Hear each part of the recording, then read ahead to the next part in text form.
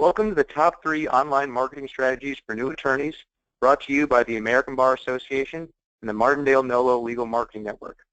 My name is Mark Nichols. I'm an associate with Stearns, Roberts & Gutentag in Deerfield Beach, Florida, and I'm proud to represent the ABA Young Lawyers Division on this call and be your moderator for this program.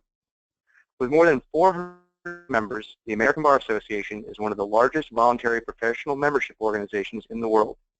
The ABA is dedicated to providing members with resources that help them become better legal professionals and to advocating for the rule of law both domestically and abroad. The Martindale Nolo Legal Marketing Network helps attorneys grow their practice through real-time lead generation, online legal profiles, and custom website services. And as the largest legal marketing network, they connect more consumers with attorneys than anyone else.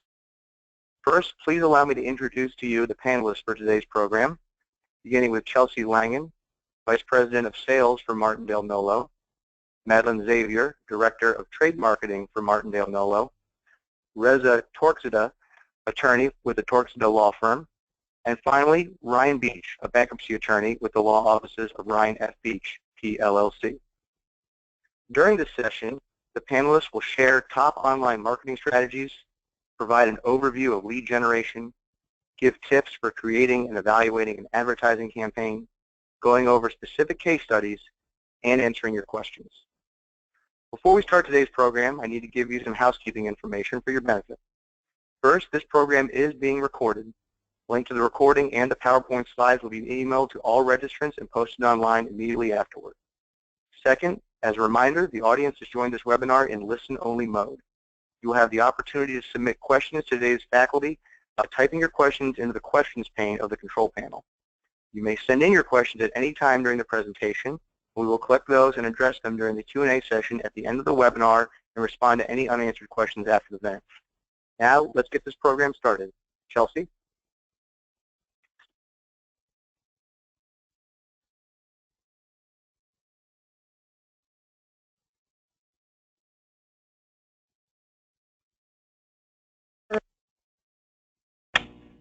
Thanks, Mark. Hello, everybody. My name is Chelsea Langen, and I'm the Vice President of Sales for Martindale Nolo. Today it's virtually impossible to grow your law firm organically, referrals or word of mouth, so a law firm must participate in online marketing. So today we're going to take a look at some of the online marketing options available and how your competition is using them. All right, let's start with an overview of what the legal marketing universe looks like and what it means for you. 35% of consumers start their search for an attorney online, and that's a huge number. And Google is reporting that there's about 110 million searches for attorney-related keywords each month. And 1.3 million attorneys are competing for that business, and they're using various marketing efforts like search engine optimization, which is called SEO, search engine marketing, which is called SEM, lead generation programs, directories, and more. So ask yourself, how do you stand out from the crowd? Well, thankfully, unlike the days when you only had print advertising, like the phone book and referrals to rely on, you now have many ways to connect with consumers online and businesses looking for legal services. So why don't we go ahead and pause here for a moment and do a quick poll and let us know what your top 3 marketing efforts are. You should see a poll question towards the top right of your screen that provides some options. Options are lead generation, SEM, SEO, directories, and then other. And other could be comprised of things like print advertising, radio, and social media. So go ahead and select from the options there. We'll give everybody a couple more seconds to go ahead and respond. And once we get those responses, we're going to go ahead and put up the results and see what we find out. All right, we'll give it a couple more seconds here. Okay, let's go ahead and take a look.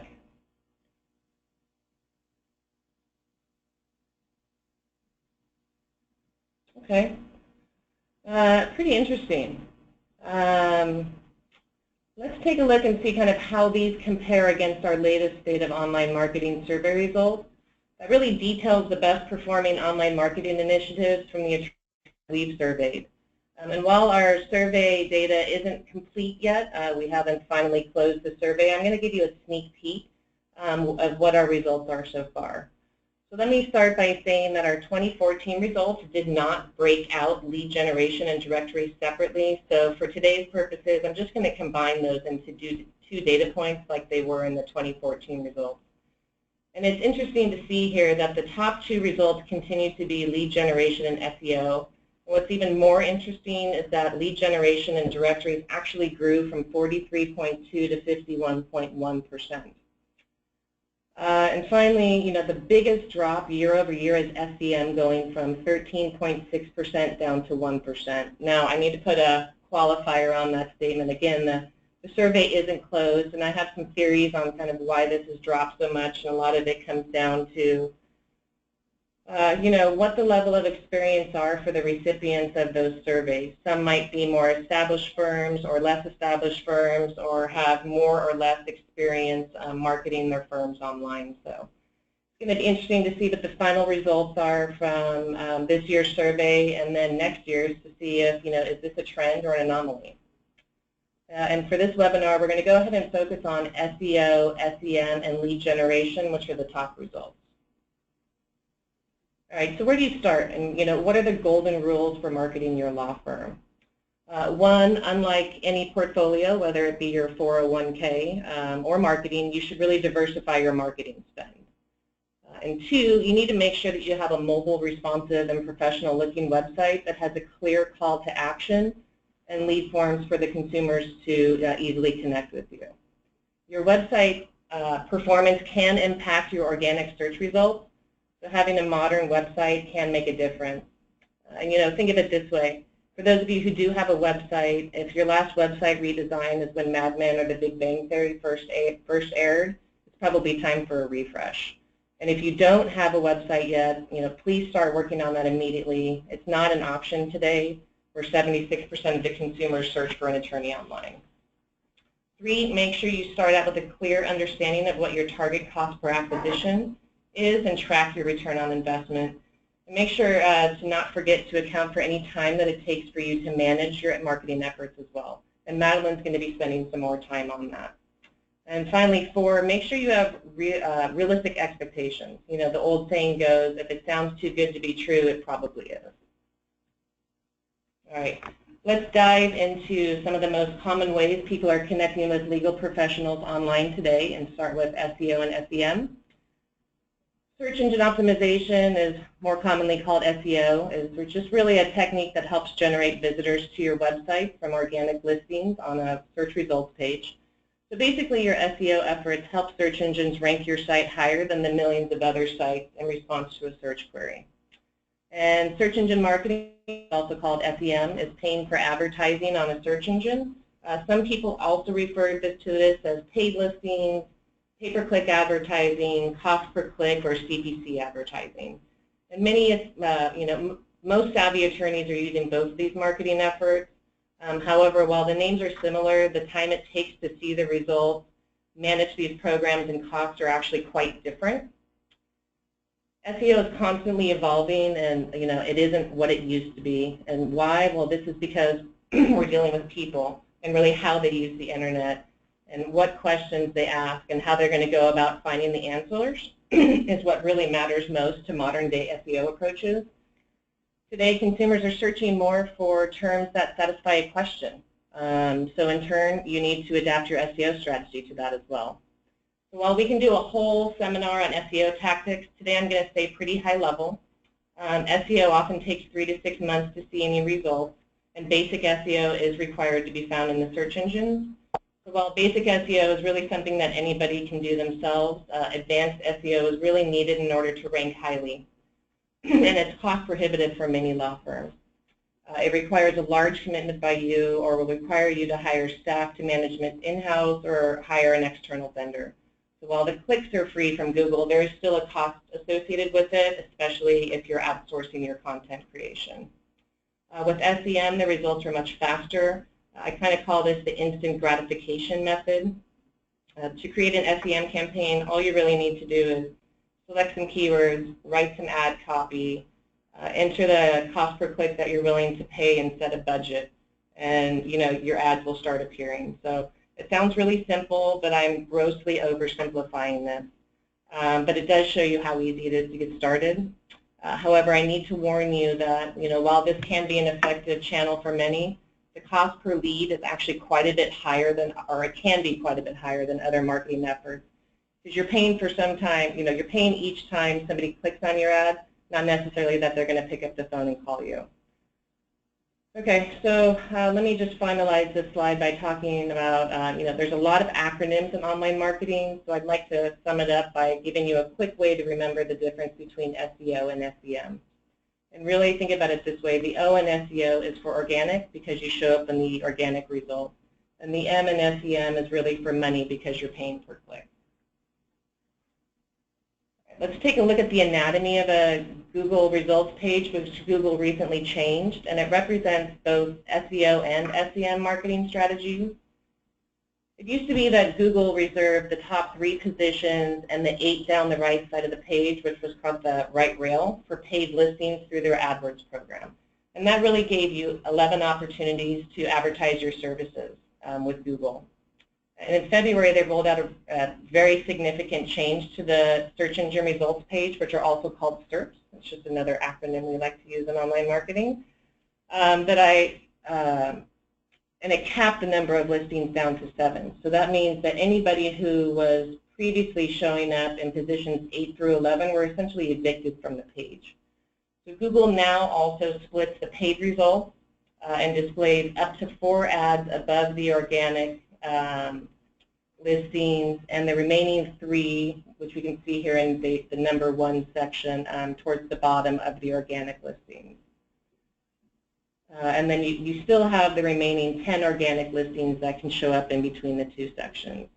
What's not included in this screenshot is usually between the first page section and the top of the organic listings, and that's called the local results or the local 3-pack, and that really shows popular local businesses related to that search term, and it's part of your SEO strategy. So to get listed in that local 3-pack, you need to sign up for a My Business account, which used to be pushed through the Google+, and it's free, and it's really something that I suggest everybody do. It's very simple. So earlier I talked about basic SEO and that anybody can do it, and this is true. So here I'm just going to show you just some high level on what is basic SEO. So basic SEO is just a title for each of your web pages. We call it a title tag, and it's located in the HTML code of your website. And as you can see here, it's displayed on the top row of each search result. And here, the title of this one is called Average Attorney Fees and Chapter 7 Bankruptcy. Next is a meta description, and this is just basically a brief overview of what the page is about, and it's also located in the HTML code of your website. I encourage each of you, if you already have a website, to make sure to go and review these to see if they need updating. And if you're unsure how to do this, there's plenty of professional website designers that can help you.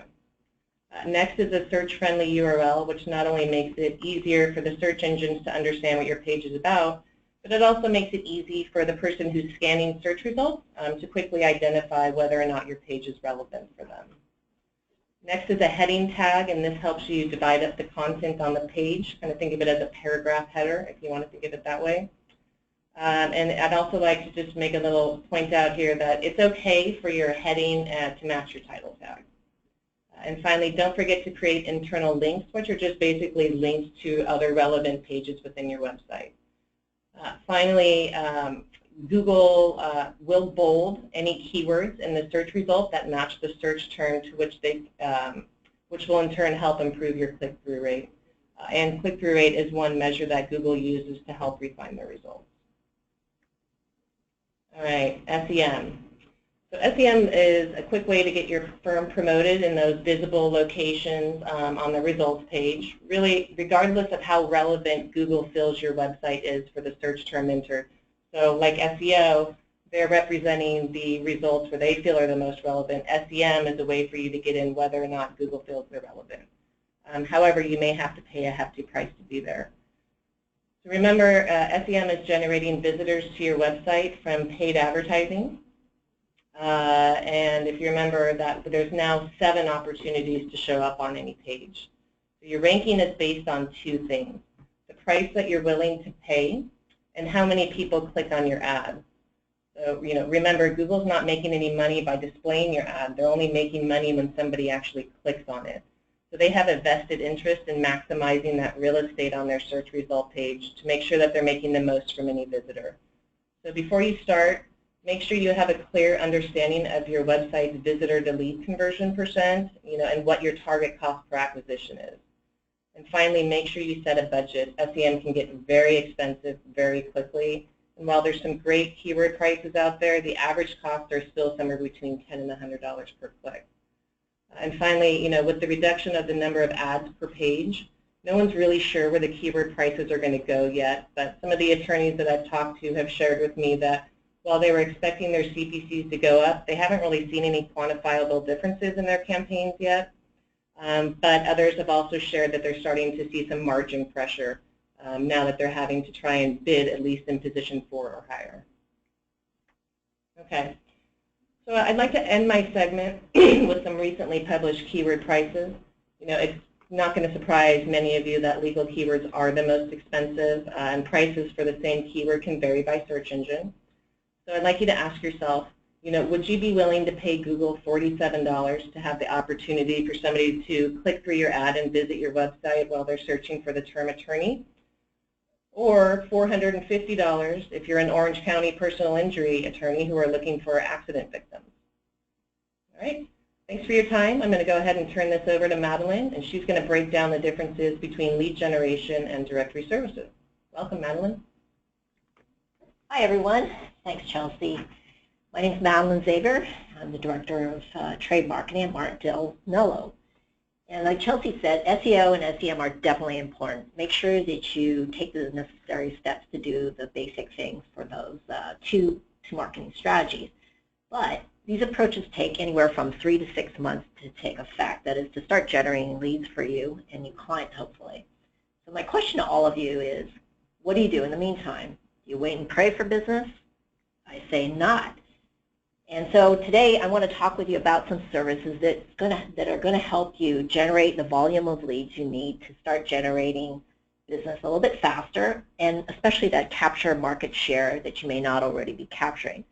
I hear from a lot of attorneys that say that they get referrals, and that's great. You want to keep on getting those referrals. You want to be able to do the networking it takes to get them.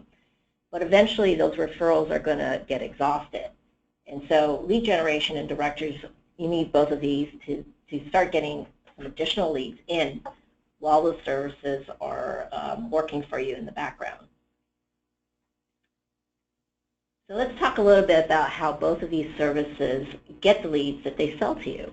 There are 4 basic ways they do this, either through organic searches, AdWords or other SEM, as Chelsea mentioned, or they may buy leads from what we call affiliates or other companies. And then lastly, people actually come to the directory sites and look for information or lawyers. So here's an organic example whereby someone is looking for information about their first DUI conviction. If they click on the article as it shows up in the search results here, they'll come to a NOLO site which shows the article. So they can read the article, or in what we find is that when people are researching information about a particular case, they might actually want to contact an attorney. So we provide them here with an opportunity to fill out a form and submit it, whereby they get information about the lawyers directly. They can also click on the link up here that says Find a Lawyer, and that'll take them to a directory whereby they can search and contact a lawyer on their own. Let's talk about what you're actually buying when you employ a lead generation service. You're buying the leads from consumers requesting or needing actual legal help. So each lead fills out a form with information, and basically you receive that information. There are 2 types of leads that you can buy into. Some services sell shared leads. That is, one lead gets distributed to multiple attorneys, or an exclusive lead, which is what it sounds like, one lead to one attorney. There are also different fee structures that they charge you by. One of the more common ones is a pay per lead. So you pay only for the leads that you actually get. But others are flat rate, which are you pay for a certain number of leads or for a number of leads over a certain period of time. And then lastly, pay particular attention to the contract that you're signing. I can't tell you how many times I hear about attorneys signing contracts, believe it or not, that they're not really aware that they've now committed to a multi-year contract. I'm not saying that that's necessarily bad, but I just want to make sure that you know what you're actually signing up for. So in summary, a lead generation service works in this way. Somebody fills out a form, they submit it, and you get that information, either in the form as it shows here of an email, but some services provide you with text information, and then yet others provide you with, they call you directly. It's kind of a hot transfer. So again, find out from that service how you're actually going to receive that lead. With directory listings, what you're actually buying is, and this will depend on the particular service that you've engaged with. Some services, as the one shown here, will actually offer sponsored listings. So these sponsored listings will show up at the top of the search results, in this case, DUI lawyers in zip code 94551. Under that are the standard directory listings. Some services give this to you for free. And then finally, you can even buy into ads, as shown here on the right side, right column. With directories, sometimes the directory listing, not always, but they can link to a profile. And there are basic profiles that are provided, but all profiles offer you an opportunity to provide some additional information about yourself, some copy about your particular practice. It might show videos. Each service is really different. So find out what you can actually include in your profile. And in this case here, they might offer premium features like enabling a consumer looking on their mobile phone to contact you directly. So directory services work just a little bit differently than a lead generation service, in that the consumer has more control over what they are searching for. They can go to a directory listing, as shown here for DUI lawyers, and search through any number of pages that they want. The control is really over them in terms of which lawyer they choose. So in this case, if you're Andrew Alexander Dosa and they've selected your listing, they can click on it, contact you directly by email, but they also can choose to go to your website instead. If they go to your website, the onus is on you then to convert them, to get them to actually submit the form and to ask to get you to call them. So in this case, if they go to your website, the quality of your website and the forms that you have on your website are very important. Directory services tend to charge in a variety of ways. One is cost per click, searches, or number of visits.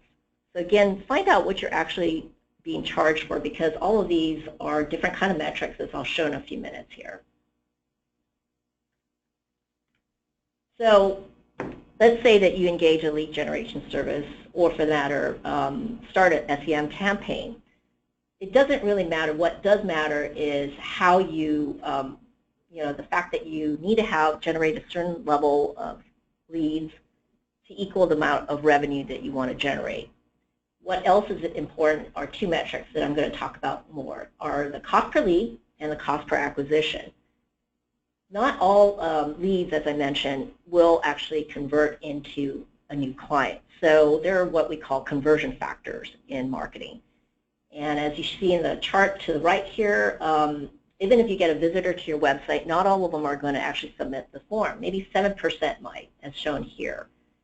Of the ones who actually submit the form even, not all of them are qualified. So then you have to take 36% of those, and of the ones that actually convert into an opportunity, somebody that might actually turn, has a higher probability of becoming a client, 27% of them may actually only become your client, and that's a pretty high amount. These are just metrics to consider. What actually turns out to be your metrics is going to depend on your particular firm and a lot of other things that we'll go through. But bottom line is, know what you're paying for, understand whether you're being charged for searches, clicks, or fills. And then lastly, track and record your campaign. I'm sure both Reza and Ryan are going to talk a little bit more about this. Whether it's through a CRM like Salesforce or a simple Excel spreadsheet, you want to make sure that you document all the leads that you're actually getting out of this campaign. see how much you're actually paying, track it against the leads that you're actually getting, and more importantly, the actual clients that you get and how much money you're receiving. This is all going to tell you whether this ad campaign is going to be worth it. Things that contribute to the conversion factors are the quality of the lead sources, either in terms of where you're getting the leads that come to your site, or the leads that are being provided to you from a lead generation service or directory. And then lastly, the quality of the lead form. So we talked about the lead form that was on the Nolo site. Make sure you know what information is being provided to you in that form. Each of the forms that each service uses is very different. And then this chart is just really to show that of the site visitors to a particular site, either your site or the lead generation services site or the directory, most of those will not convert into a lead or a client. A very small percentage of them actually convert to a client. So know information about that particular service, what volume of visitors they get on a monthly basis, the searches that come through specific to your practice area, page views, whatever it is, the criteria that they're using to charge you by, and know what the click-through rate is. So here's an example of how these metrics play out. So we provided you with three examples here. One is Service A, which is the pricing is based on views. Service B, pay per click, and Service C, pay per lead. So at face value, I would rather pay $2,200 a month versus $5,000. It sounds cheaper, but what we want to focus on are the results. There's no point in paying less when you don't get anything out of it. So if we take a closer look at Service A, 1,000 views, you're getting 1,000 views for $2,200 per month. And that, what you have to do with that is break that down into an estimate of what, of those views, how many people are actually going to click through. Let's say 10% click through, that's 100 clicks. 7% may convert, which results in 7 leads that you actually get. Those are people that fill out the form and say that they want to contact you. Of that, 2 might end up actually being qualified, people who will be potential clients. And of that, you end up with 1 client. So on the bottom line here, you can see that you're actually paying $2,200 per new client, which is what we call the cost per acquisition. So that's pretty high, especially when you compare it to, say, Service C, where you're getting charged $5,000 per month, but you're actually getting charged for a lead. That is somebody who's already filled out the form and asked to speak with you.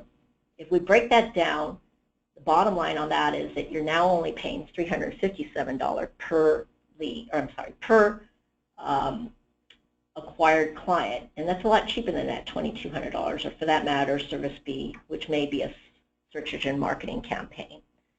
So pay attention to how the metrics work out. Each of these metrics might work out differently for your particular business, and make sure that you're getting what you actually pay for.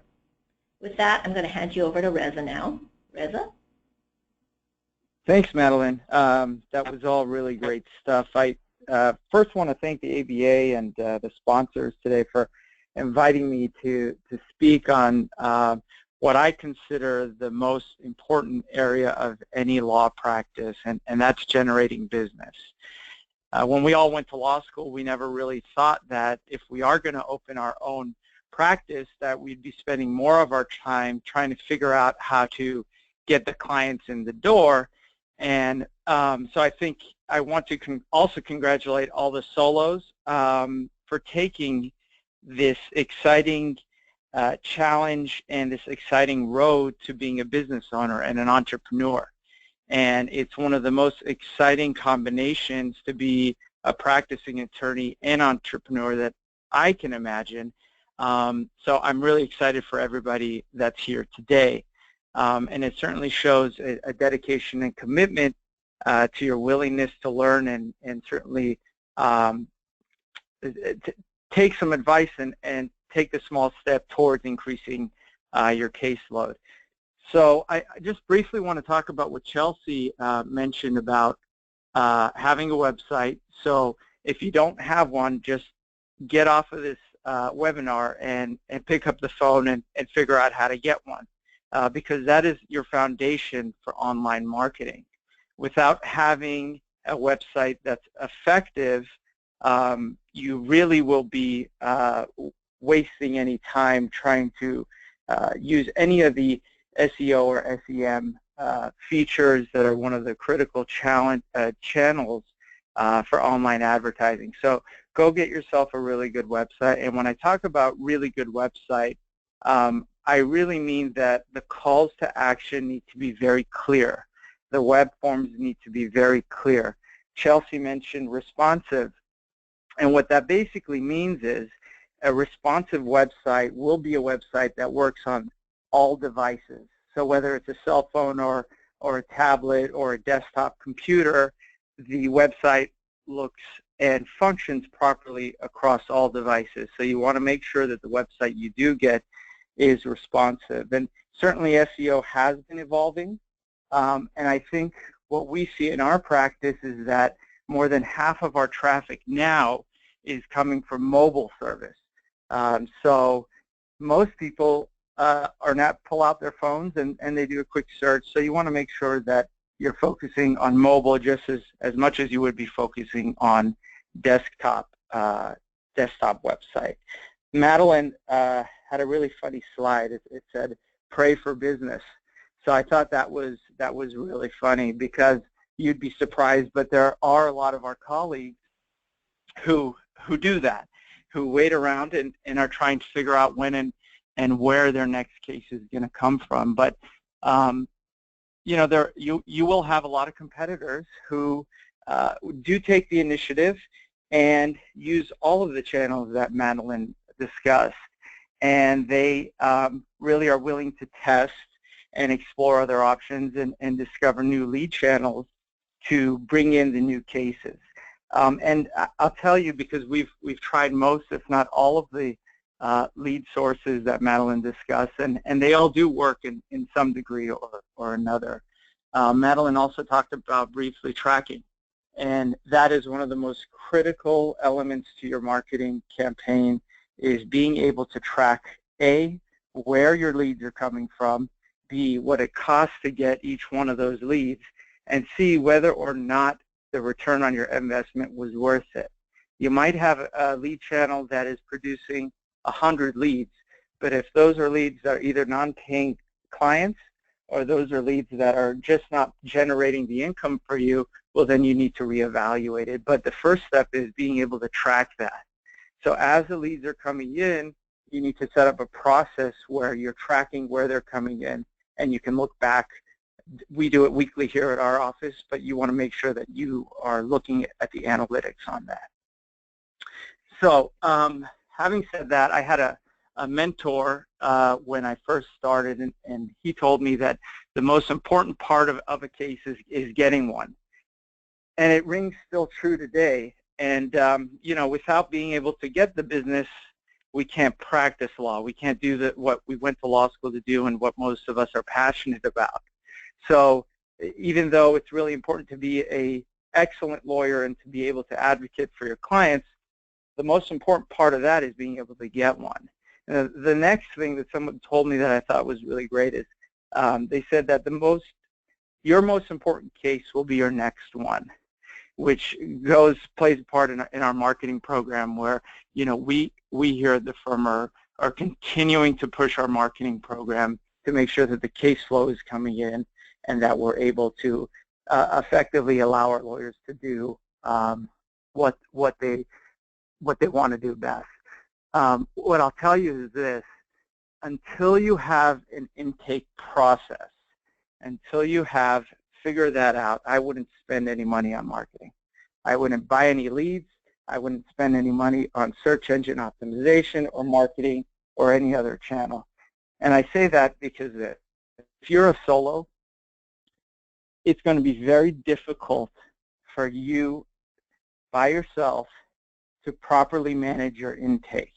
Now, it's great if you can do it, but if you're spending money and you're getting 4 or 5 or 10 leads a day or whatever that number may be, and you're not able to properly follow up on those leads, properly spend the time to evaluate them, then chances are you're throwing money out the window. So I encourage you to spend some time and resources to figure out your own process that works for you, but that gives you the ability to properly and effectively do your intake with every potential client. If we can go to the next slide, please. Okay, I guess we're already there. Again, I think your intake process is probably the most important part of your marketing strategy. It's not enough to be a great lawyer. That's absolutely true. You could be the greatest lawyer that ever existed, but without cases, again, you can't do the thing that you love doing. Certainly, you need to market across multiple channels, and it's not enough to just do one of the many different options that are out there, but you want to make sure that you have a consistent flow of not only leads, but you want to make sure that consistent flow is of cases that you actually want to work on and cases that your firm wants. You can get all the leads in the world. If they're not the right type of leads, then they're useless. Again, you want to nurture the leads. We happen to be in an extremely competitive market. When the lead does come in, so we will call the lead, call the potential client, send them an email, we send text messages, and we will follow up until we get that individual on the phone. And our market is so competitive that if we don't do those things, most likely we're going to lose the prospect. We have an email drip campaign that will automatically email the potential client over a course of several weeks. And so by the time you do get them on the phone or are able to get a hold of them, they've learned about the firm. They know about who you are. There's a connection there.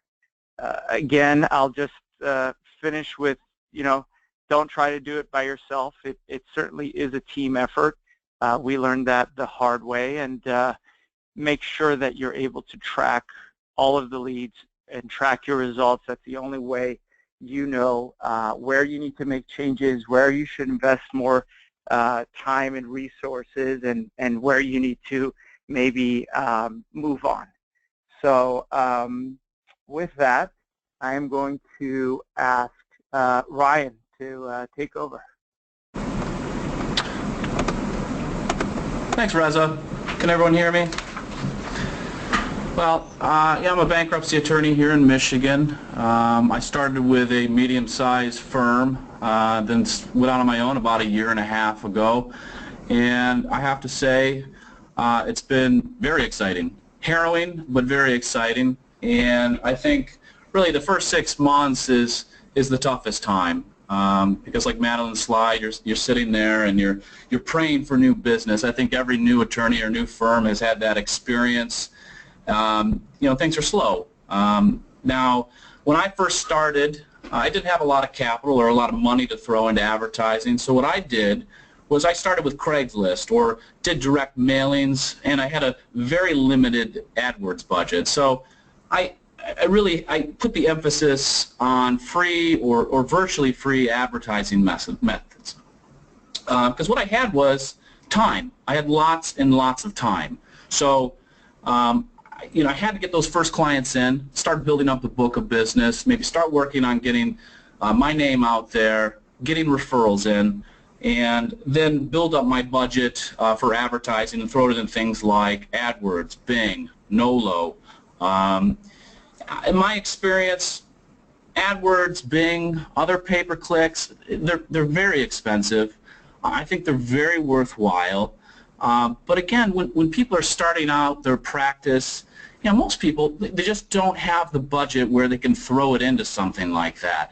At least not to the extent where you can put enough money in there where the ads are paying for themselves, where you start to make that profit. Again, I had the time, and I was there, I was blogging, I was trying to build up my SEO, that organic search engine optimization, and I did hit a point where I was frustrated. The calls weren't coming in, in a big enough volume for me. So I did reach out to an attorney friend. He recommended Nolo to me.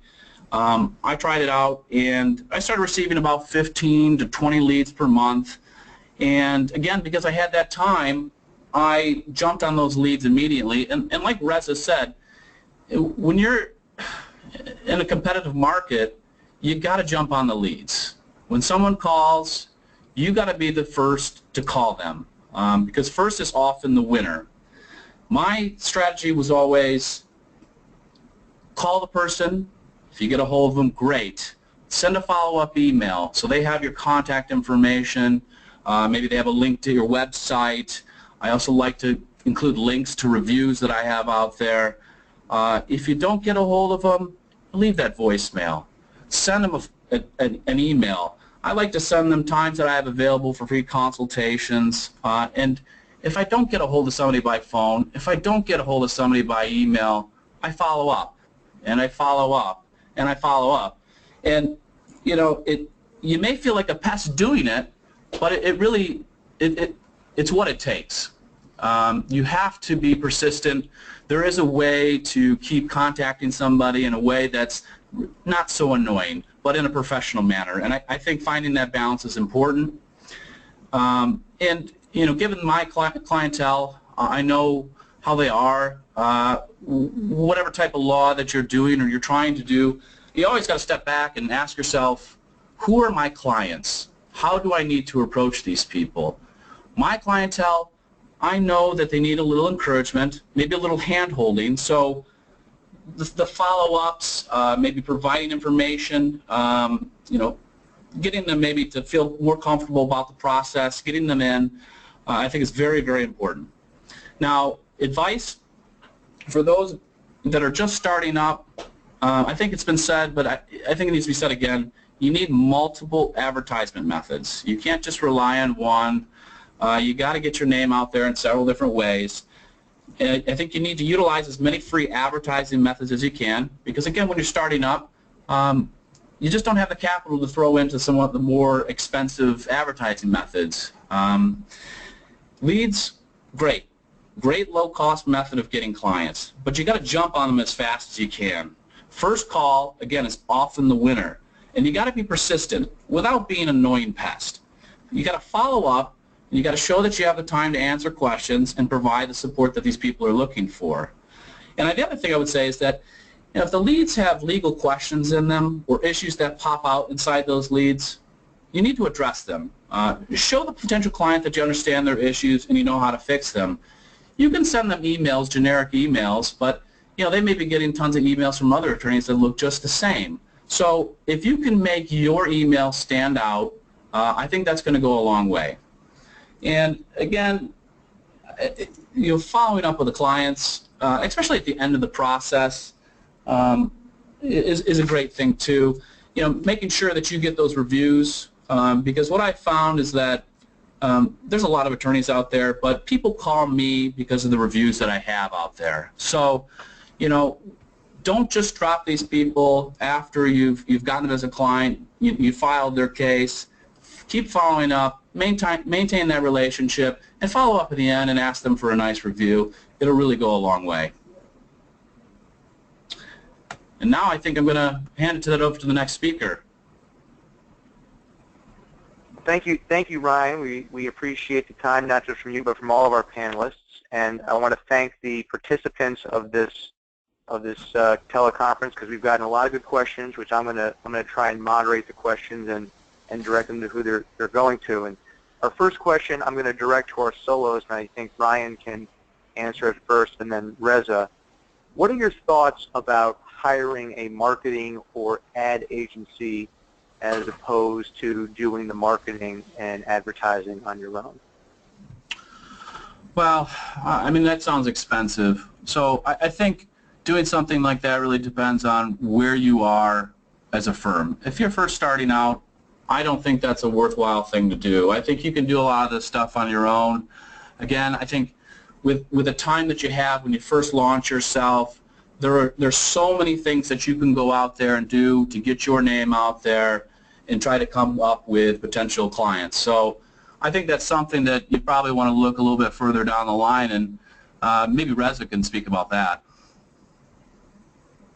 Yeah, no, Ryan, I think that's good advice, and I agree with you. I think that at the outset, it may be cost prohibitive for you to do that,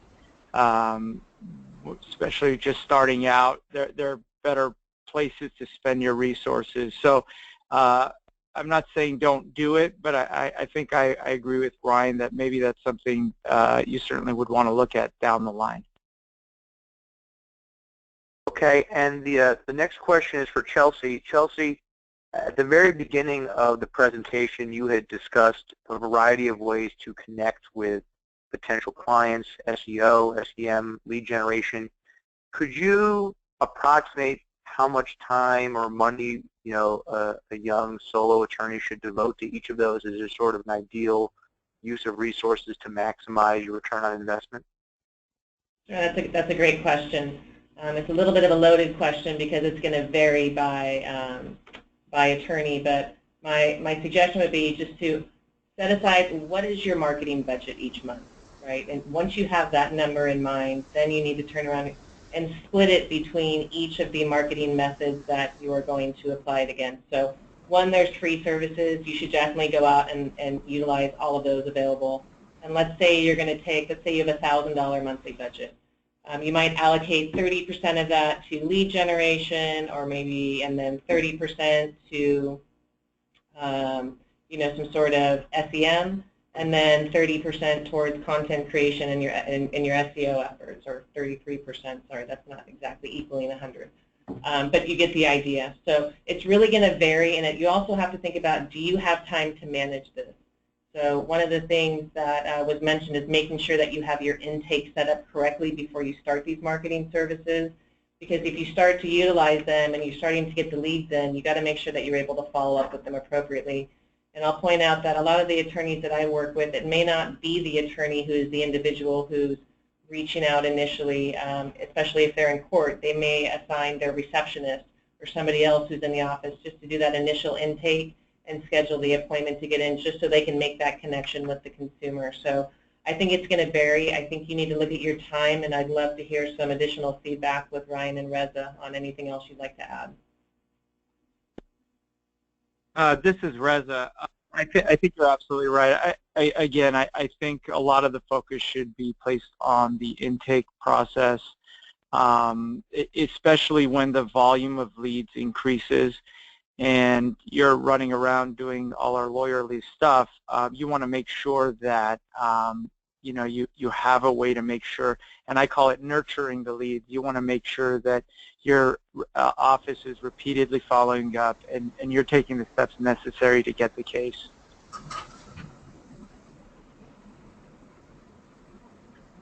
Anything else you guys would like to add? If not, we can move on to the next question. One other thing about the, I'm sorry, Chelsea, about the ad agency, which was a really good question. So a lot of the internet and marketing stuff may be very technical. A lot of us don't know the first thing about SEO or don't know the acronyms. So rather than go overkill with a ad agency, there are smaller outfits or local folks that you could reach out to that might be worth the investment to bring them on to sort of help you at least get started and show you the ropes. So I think that might be also a more economic option than doing an ad agency.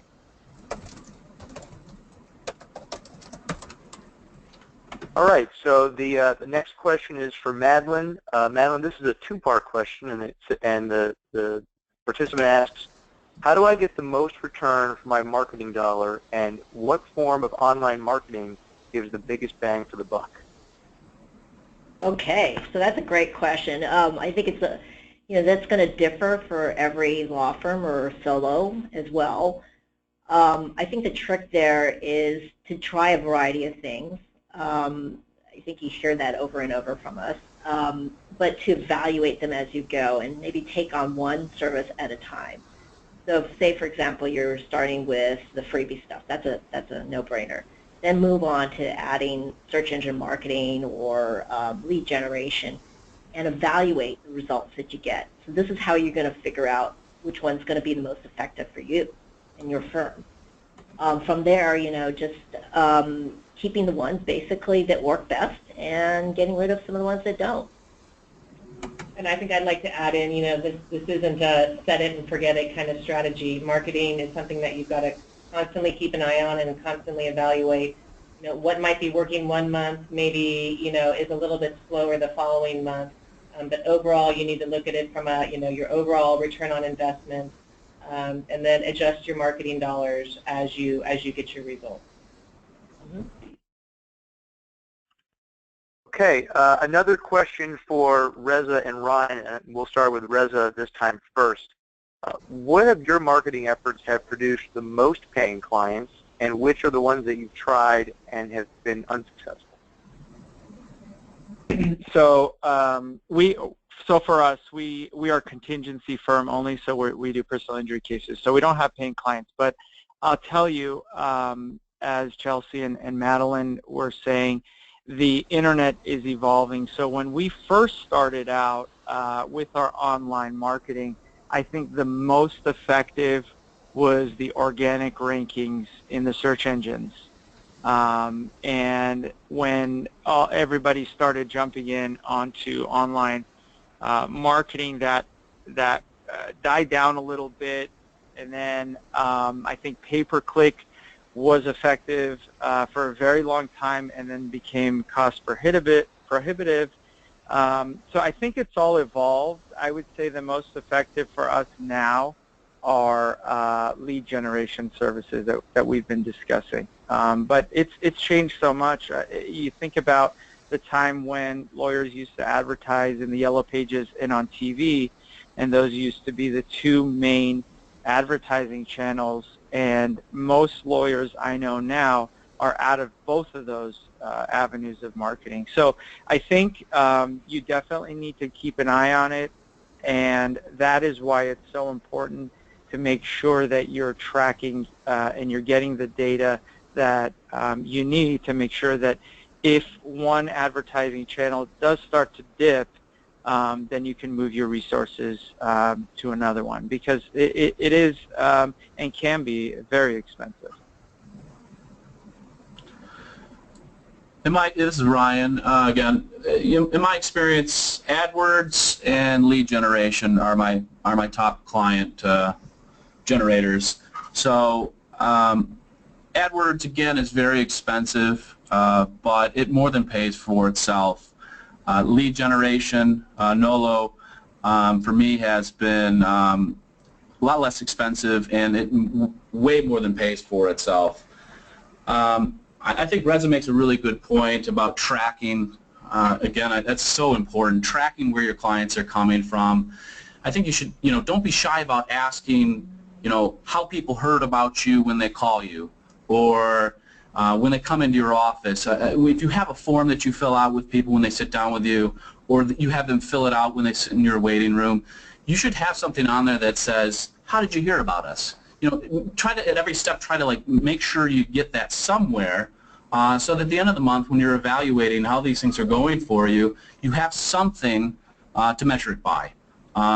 Because it can be very easy to forget to ask something like that or track something like that.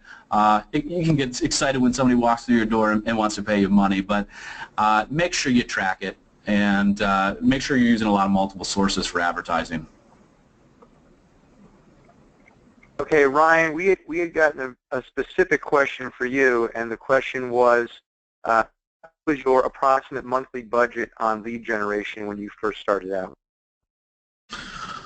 Oh, I think it was, for specific lead generation, I think I was spending approximately $300 to $400 per month on average. And when I first started with leads, I didn't start that initially. At the start, I was just using pay-per-click services. And at the very start, for the first few months, I was only paying maybe $250 to $500 per month until I got got ramped up. Okay, another question for Reza. Reza, how much time should be devoted to marketing on a weekly basis? What have you found is the optimal amount of time? Well, for us now, we have a full-time marketing in-house team. And when I first started, I think half of my time during the week, maybe more, was spent on marketing as a solo. So, you know, I didn't have enough cases. There weren't any clients or cases to work on. So I would say work on marketing as much as you possibly can to make the phones ring, and then eventually, you know, try and increase that and ramp up. And, you know, we've got a full-time in-house team now. Okay, and we've got time for one more question, and this one is for Ryan, because he's spoken about budget already. Ryan, is online marketing affordable for a startup with a limited budget? Yeah, I think it can be. You just have to be very careful. A lot of the pay-per-click services allow you to set that budget, and you can set it for what you want to spend. But at the same time, you may have to get out of your comfort zone every once in a while, because if you set that budget and it's not giving you the results, sometimes you're going to have to exceed that budget to make things work. So yeah, it can be affordable. Be careful with what you're using out there. You know, explore all your different alternatives. You know, you look at AdWords, you look at Bing, you look at all the search engines and see what they're charging. But yeah, I think you can put together something very affordable. But when you first start out, everything's going to be very, very tight. But eventually, the money's going to start coming in if you're putting in the effort to get out there, and you'll be able to spend the money on the more expensive means of advertising, and you'll be getting that higher quality of clientele. Awesome. Well, thank you so very much to our panelists. We have reached the end of our time today. Before we end the presentation, we wanted to present our listeners with some additional resources. There's a slide there with the additional resources, and they will be included in the follow-up email and posted online. To our panelists, thank you so very much for sharing your expertise with us. And on behalf of the ABA and the Young Lawyers Division, I'm Mark Nichols, and I want to thank you all for joining us today for this webinar. Be sure to sign up for the upcoming June 9th webinar, grab website visitors so they stay, read, and convert. Finally, before leaving, wait for the evaluation to come up on your screen, so you'll have an opportunity to evaluate those who spoke today. Thank you all so very much.